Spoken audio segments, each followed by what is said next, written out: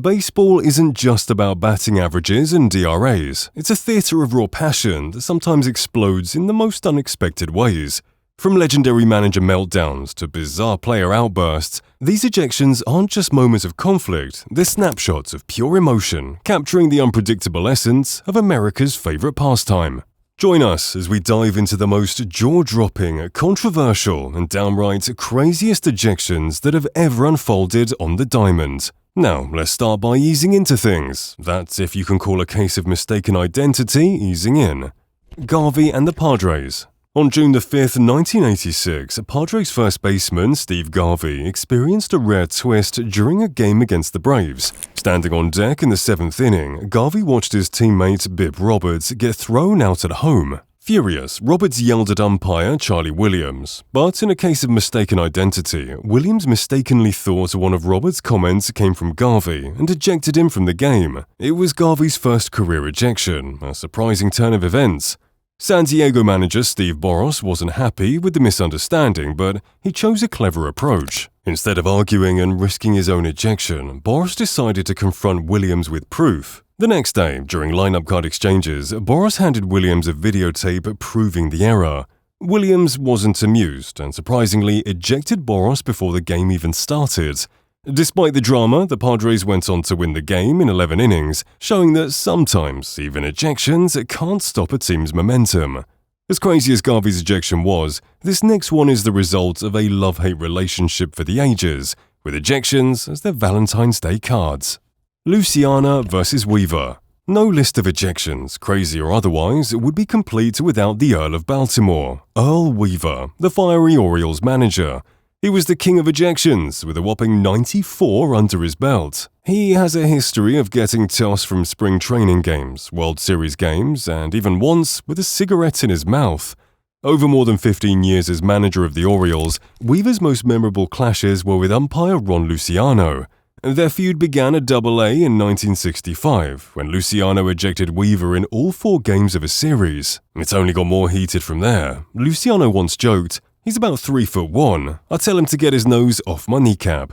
Their encounters became legendary in the Major League. From 1968 to 1976, Luciano ejected Weaver 8 times, with the last 2 ejections remarkably occurring on the same day. On August 15, 1975, during a doubleheader between the Rangers and Orioles, Luciano reversed an out call at first base, prompting Weaver to storm out and get ejected. Weaver wasn't done. Before the second game began, as he handed over his lineup card, he couldn't resist another confrontation with Luciano. The argument quickly escalated, leading to Weaver being tossed out before a single pitch was thrown. This fiery duo's antics were so notorious that Luciano was reassigned to different games in 1976, ensuring that they'd never clash on the field again. While Weaver's ejection series was wild, nothing may ever top what happened on John Franco Day, where nearly half the field got the boot. The wild John Franco Day. On April 29, 1996, John Franco, the beloved closer for the Mets, secured his 300th career save against the Expos, becoming the first left-handed pitcher to reach that milestone. New York celebrated by declaring May the 11th as John Franco Day, complete with a pre-game ceremony before their matchup with the Cubs. Franco's role in the game was unforgettable, just not in the way he intended. Here's some backstory to set the stage for the chaos. The Mets had just faced the Cubs in a 3-game series at Wrigley Field the week before, suffering late-game losses thanks to Sammy Sosa's walk-off homers. As the Mets left Wrigley, there were whispers that Sosa's showboating had rubbed them the wrong way. On Friday, they took a 2-1 lead into the 9th, only for it to be foiled by Sosa. Then on Sunday, tied at 4 in the bottom of the 9th, Sosa struck again with another walk-off dinger. So, tensions were high, and when Sosa homered again in the first inning on May the 11th, the atmosphere at Shea Stadium was electric and charged.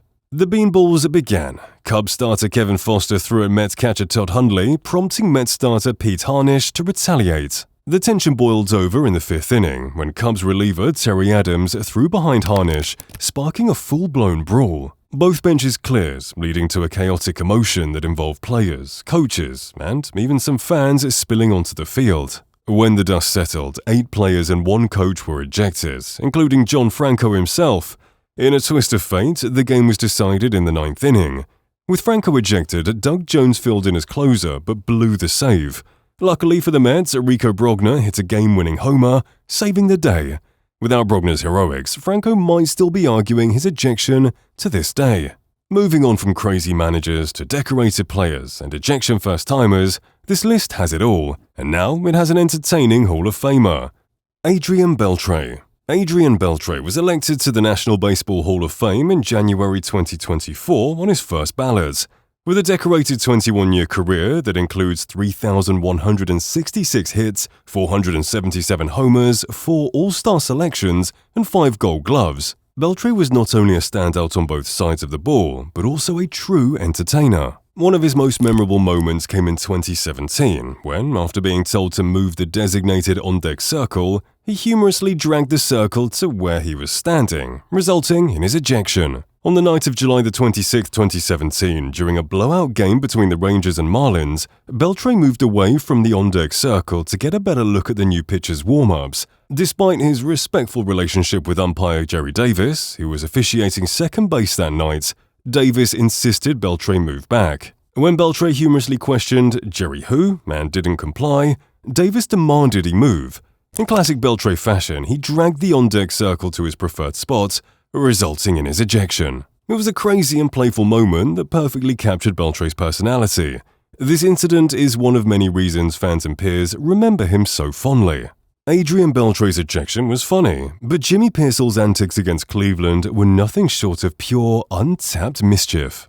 The antics of Jimmy Piersall. To call Jimmy Piersall a character would be a woeful understatement. Over his 17-year Major League career, the center fielder was known for all sorts of shenanigans, including dousing an opposing pitcher's offering in bug spray and celebrating his 100th homer by rounding the bases backwards. Piersall proudly reviewed his feat, saying, "I did it good too. I even shook hands with the first base coach." Clearly, this was a man intimately familiar with mischief. But on July 23, 1960, he managed to outdo himself. With the Indians leading 4-2 at Fenway Park, Ted Williams stepped to the plate as the tying run. The situation was tense, and the outcome hung in the balance. Piersall, ever the showman, was willing to do anything to help his team prevail, including an outfield dance routine. Just before the pitch from Cleveland pitcher Jim Perry, Piersall started dancing in center field, directly in Williams' line of sight. The splendid splinter, equal parts irritated and confused, appealed to home plate umpire Eddie Hurley.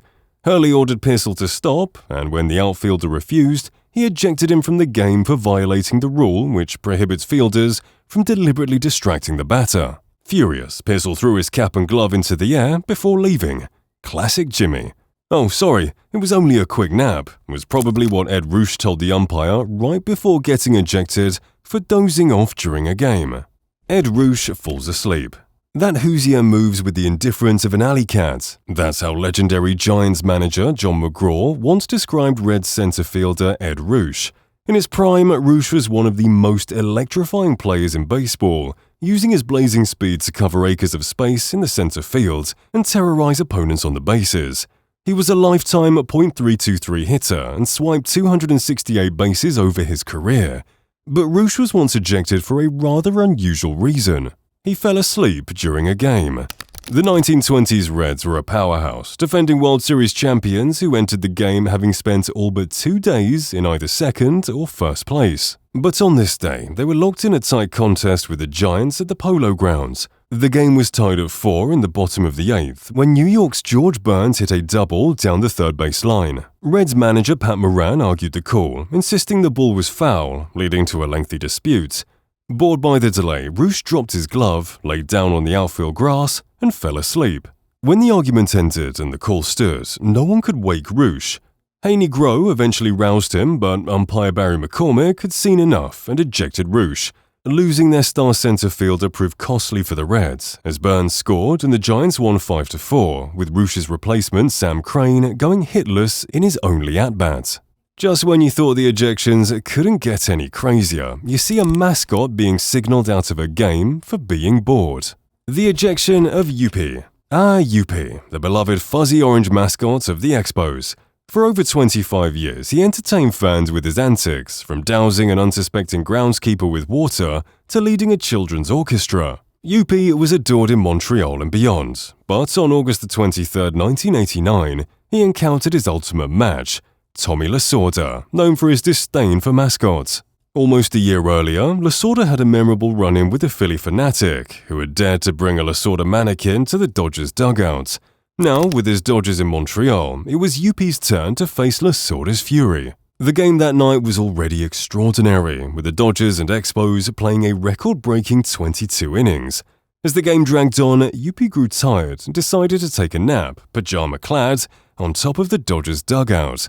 Lasorda, focused on the game, was not amused and alerted home plate umpire Greg Bonin. Unsure of the rules regarding mascots, Bonin made the unprecedented decision to eject Yuppie. Despite the disappointment, Yuppie had to leave the field. Finally, after nearly 6 hours, Rick Dempsey's solo home run ended the game and Yuppie's exile. This next ejection is probably the least crazy on the list, because how often do you get tossed for cussing out the umpire? Turns out, it's pretty common. The ejection of Larry Bowa. On July 9, 2004, Phillies manager Larry Bowa got in a heated dispute over a controversial home run call. Both Bowa and left fielder Pat Burrell sprinted to the umpires, adamantly insisting that the ball was a foul. Despite their protests, only Bowa faced the consequences. With eyes bulging with anger, Bowa stormed toward the home plate umpire, engaging in a nose-to-nose argument that lasted several intense minutes. As the confrontation escalated, Bowa's frustration boiled over. He threw his hat to the ground in a dramatic gesture and continued to gesture forcefully at the umpire, making his displeasure clear. Despite his fervent protest, the umpire ultimately ejected Bowa from the game. Reluctantly, Bowa returned to the dugout, leaving a memorable mark on what had already been a contentious evening. And now, to crown our list of crazy ejections, Bobby V's had everything you didn't know you wanted in an ejection. The disguised return of Bobby Valentine. When ejected, most managers simply returned to the clubhouse for the rest of the ballgame. However, Bobby Valentine was not like most managers. In June 1999, his Mets were in a tense extra innings game against the Blue Jays. Tied 3-3 in the top of the 12th inning, Shannon Stewart attempted a steal with Craig Grebeck at the plate. Mike Piazza's throw to second caused chaos when home plate umpire Randy Marsh ruled interference, putting Grebeck and Stewart on first and second. Furious, Valentine argued with Marsh and was ejected within a minute. Now, to his credit, pitcher Pat Mahomes worked out of the jam, and the game continued. Soon, a strange but familiar face re-emerged in the Mets dugout. It was Bobby V, disguised with a fake mustache and sunglasses. The Mets announcers couldn't hold back their laughter. The league, however, was not amused. Valentine was fined $5,000 and suspended for 2 games. Was Valentine bothered? "I regret it," he said. "It's going to cost me a lot of money. I don't regret the fact that it lightened the team." And it might have worked. The Mets won the game in the 14th inning on a walk-off single by Ray Ordonez, leading them to their first playoff appearance in 11 years. Which of these baseball ejections did you find the craziest? Join the conversation and share your thoughts below. Don't forget to subscribe for more thrilling baseball updates and give this video a thumbs up if you enjoyed it. We'll catch you in the next one.